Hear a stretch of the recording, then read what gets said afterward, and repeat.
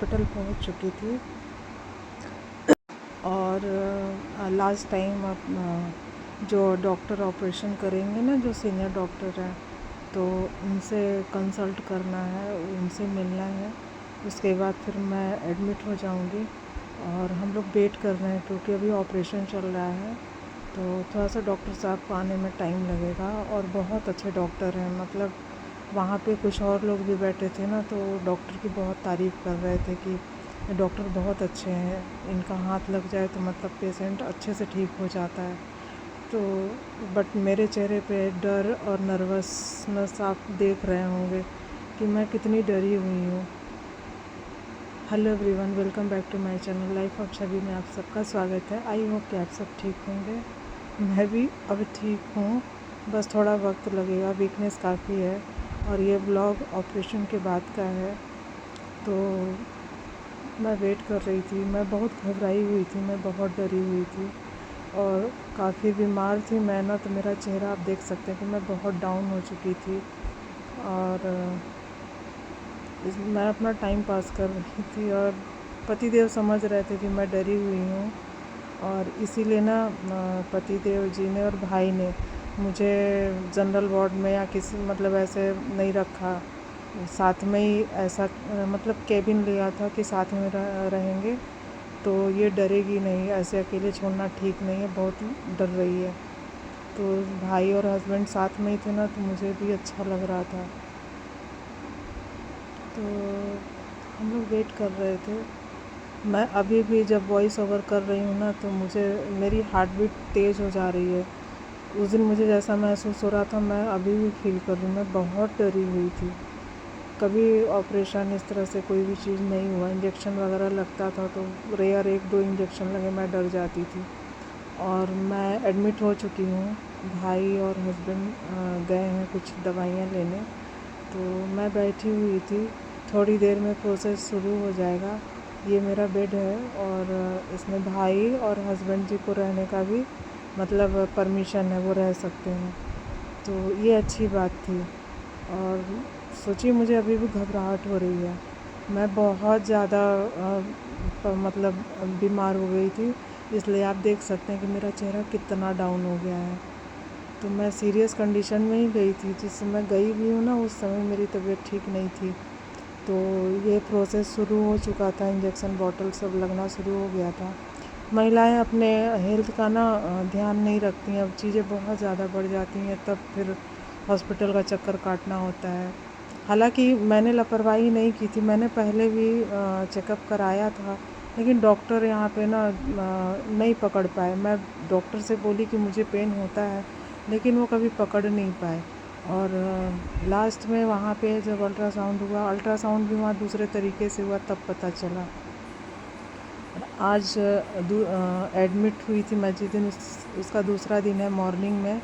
तो मैं अपना नहा वहा के तैयार हो चुकी थी, बॉटल वगैरह लग रहा था और सच बताऊं मुझे बहुत पेन था, पहले से ही मैं बहुत पेन में थी और मेरी हालत ठीक नहीं थी। और इस तरह से सुबह के 6 बज रहे थे, मैं 5 बजे उठ के नहा वहा के तैयार हो गई थी, बॉटल वगैरह लग रहे थे। और क्या बताऊँ मैं कितना कष्ट में थी। और ऑपरेशन हो चुका है, यही निकला है, बहुत मतलब बहुत बड़ा था, पर इसको कट करके छोटा छोटा करके निकाला गया है।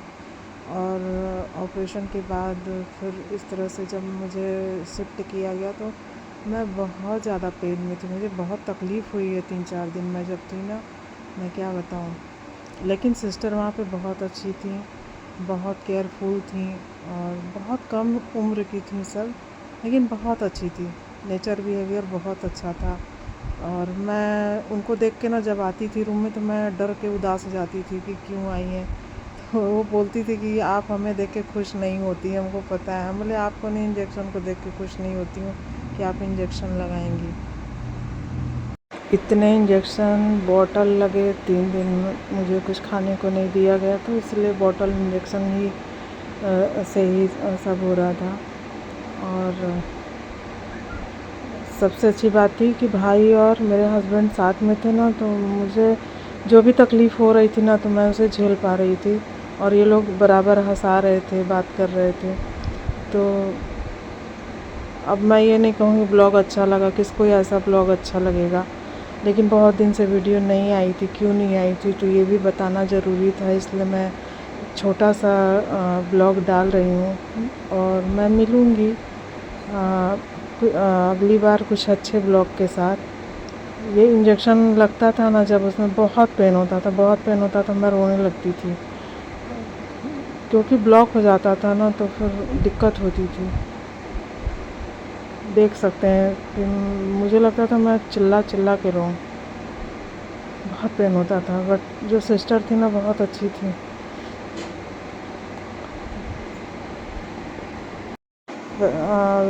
सभी ने, सब जिनको जिनको पता था, सभी ने समझाया, सभी ने बहुत हिम्मत दिया था।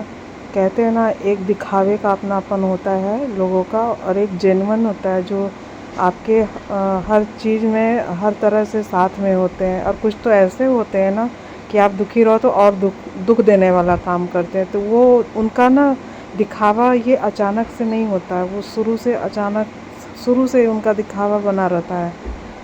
तो बस यही सारी चीज़ें थी।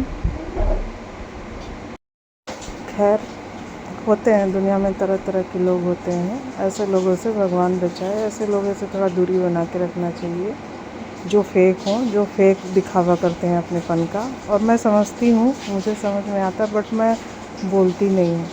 और बहुत सारे लोग थे जो मुझे हिम्मत दिए इस टाइम पे, और लोगों ने बहुत सांत्वना भी दिया। और अभी तक मैं इसीलिए नहीं, ऑपरेशन जैसी चीज़ से जब ना गुजरे रहो ना, और वो सारी चीज़ें होती हैं, तो डर तो लगता है।